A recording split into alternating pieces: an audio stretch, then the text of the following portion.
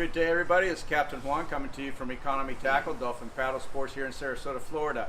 Today I got Captain Trey Dietz of Bay Walker Charters here in Sarasota. He's a pedigree when it comes to charters. His grandfather, as most of us know, is Johnny Walker, well-known captain in this area. We'll skip that part. Basically, the questions that I've been getting a lot, the water conditions, clarity, is it in pockets or not? Captain Trey was up in South Tampa Bay, and I wanted to ask him, the conditions of the water, Trey. Did you see any changes in the clarity, abundance of bay? What does it look like out there?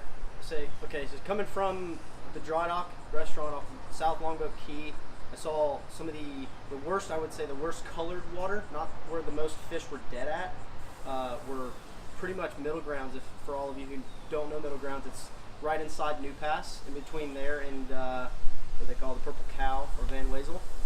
That was some of the worst, most, I guess you'd say, what a lot of us would say, milk colored water, or like it almost looked like a dark coffee or a excuse me, a dark tea.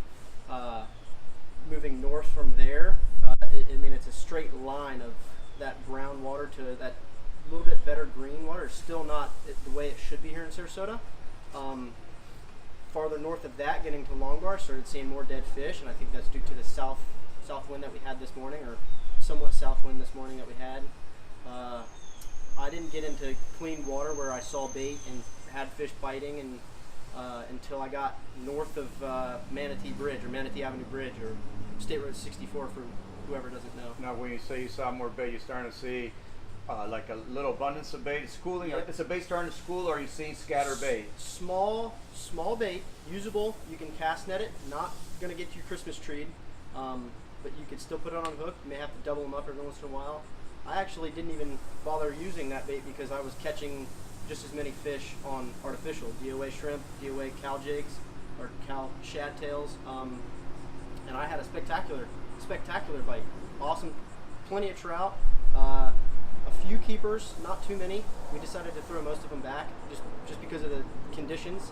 But I mean, it was good even without live bait. I've been getting different reports. Of course, people that are reporting more fish and more bait. They seem to be saying they're in isolated pockets. Absolutely. Surrounded by red tide, which is it's kind of an advantage to us fishermen because it congregates the fish in an area, like I said last week. But the positive end of it, this clear water seems to be spreading a little more, and hopefully we'll start getting more of that as the week progresses. Now, with the change in winds, we anticipate anything floating back in?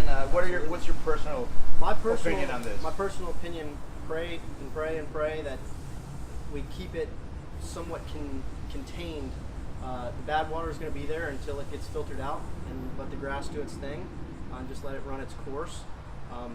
The incoming tide this August 14th in the afternoon, it was roughly 2 o'clock, or I would say between 12 and 2 o'clock. I started to see some decently clearer water, I will say.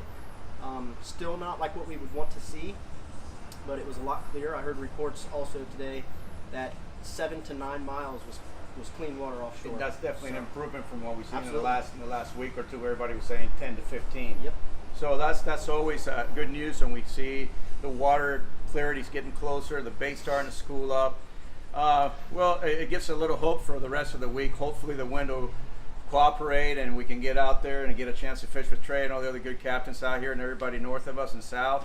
We're praying that we can get back out and continue to do what we do best. Thank you, everybody. With that being said, keep your lines tight. Thank you, Trey, for being here. Yes, sir. And we'll catch you next week.